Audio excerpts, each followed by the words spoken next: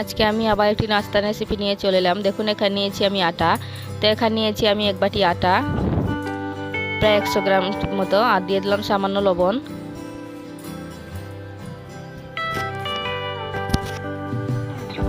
আর এখানে আমি লবণই দিয়ে দিলাম সামান্য।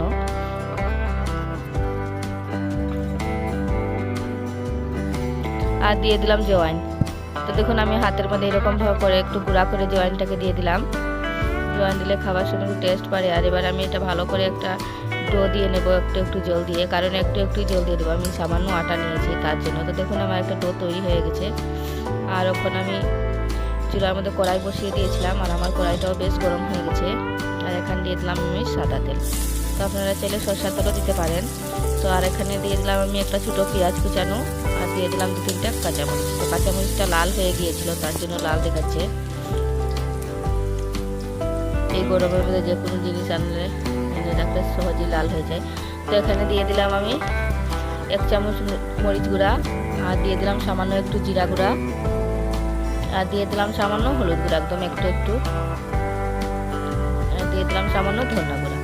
তো সবগুলো মশলা দিয়ে আমি একটু লবণ দিয়ে দিলাম স্বাদ মতো। তো মশলাটাকে আমি একটুখানি কষিয়ে নেব। তো দেখুন আমার মশলাটা কষানো হয়ে গেছে। আমি এখানে কয়েকটা আলু সিদ্ধ করে রেখেছিলাম, 7-8টার মতো ছোটো ছোটো আলু। তো এবার আমি আলুটাকে দিয়ে দিলাম। আলুটাকে দিয়ে আমি ভালো করে নেড়ে চেড়ে ভেজে নেব, কারণ আলুতে আমি জল দেবো না, তার জন্য একদম কম আগুনে। তো এখানে দিয়ে দিলাম আমি চাট মশলা। তো এখানে আমি চাট মশলা সামান্যই দিলাম। কেউ যদি চাট মশলা খেতে ভালো না পান তাহলে না দিলেও চলবে, এটা একদম অপশনাল, না দিলেও হবে। তো আমার আলু ভাজানো হয়ে গেছে। তো এবার আমি আলুটাকে তুলে নিলাম। তো দেখুন আমার আটার ডোটা। তো এখানে আমি 2টা লেচি করে নিলাম। তো এবার এটাকে আমি সামান্য আটা লাগিয়ে বেলে নেব। তো এটাকে আমি বেশ পাতলা করেই বেলে নেব, রুটির মতো। তো দেখুন এরকমভাবে এটাকে আমি বেলে নিলাম। আর আমি এখানে 2টা রুটিকে আমি এরকমভাবে বেলে নিয়েছি। তো এখানে দিয়ে দিলাম আমি ভেজে রাখা আলুগুলো। তো আপনারা এখানে যত বেশি আলু দেবেন তত বেশি খেতে টেস্ট লাগবে। তো আমি এখানে আলুটাকে দেখুন এরকম করে সাজিয়ে নিলাম। আর আমি সাইডে জল লাগিয়ে দিচ্ছি যাতে না খুলে, কারণ আমার আটাটা শুকনো একটু শক্ত ছিল তাই। তো আমি ভালো করে জলটা লাগিয়ে দিলাম। আর আমার রেসিপি যদি ভালো লাগে, আর দেখুন আমি এবার দিয়ে দিলাম উপর থেকে আরেকটা রুটি। তো দিয়ে আমি এইভাবে রুটিটাকে লাগিয়ে চেপে দিচ্ছি যাতে না খুলে মুখটা, তার জন্য। আর আমার রেসিপি যদি ভালো লাগে, আরও নতুন রেসিপি পাওয়ার জন্য আমার চ্যানেলটি সাবস্ক্রাইব করে দিন। আর দেখুন আমি এখানে নিয়েছি একটা চাটনিও। তো এটার গায়ে আমি তেল লাগিয়ে দিচ্ছি ভালোভাবে, যাতে রুটিটা রাখলে না এটার মধ্যে লেগে যায়, কারণ তেল না দিলে আবার লেগে যাবে, তার জন্য। তো এবার আমি দিয়ে দিলাম দেখুন এইখানে রুটিটা। তো আমি চুলার মধ্যে জল বসিয়ে দিয়েছিলাম, আর আমার জলটাও গরম হয়ে গেছে। তো এবার আমি বসিয়ে দিলাম রুটিটা একটু ভাপানোর জন্য। তো দেখুন আমার রুটিটা হয়ে গেছে। তো এবার এটাকে আমি নামিয়ে নিলাম।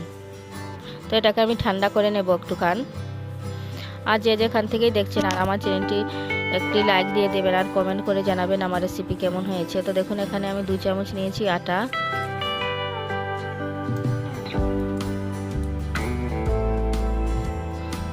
আর দিয়ে দিলাম 1 চামচ তিল,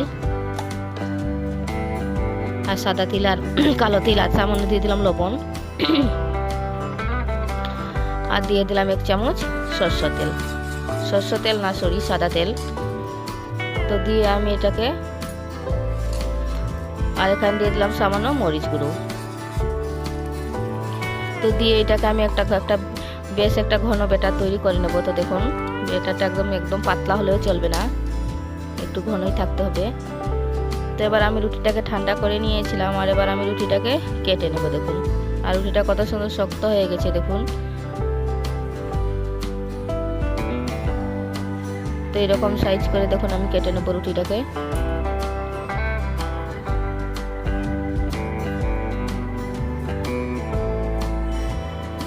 তো এরকম করে দেখুন আমি রুটিটাকে কেটে নিলাম, কি সুন্দর হয়েছে দেখুন। আর ভিতরে পুরগুলো সবগুলোকে দেখুন। তো আমি এবার ঘোলা ব্যাটারের মধ্যে একটু ডুবিয়ে নেব ভালো করে রুটিটাকে। আর আমি এদিকে কড়াইয়ের মধ্যে তেল বসিয়ে দিয়েছিলাম, আমার তেল গরম হয়ে গেছে। তো এবার আমি এগুলোকে লাল লাল করে ভেজে নেব, একদম মুচমুচে করে, খেতেও বেশ দারুণ। একবার হলো এরকমভাবে বানিয়ে খেয়ে দেখবেন, বেশ দারুণ লাগে খেতে।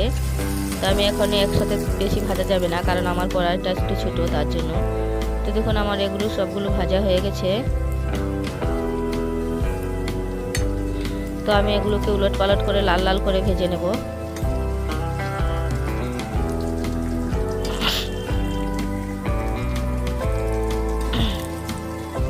একদম ভালো করে। তো দেখুন এগুলো আমার সব হয়ে গেছে। তো এবার এগুলোকে আমি এক একটা করে নামিয়ে নেব।